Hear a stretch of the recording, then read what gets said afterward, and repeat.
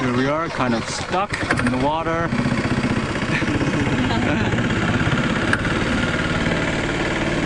With the guides pushing the boat, trying to straighten us out.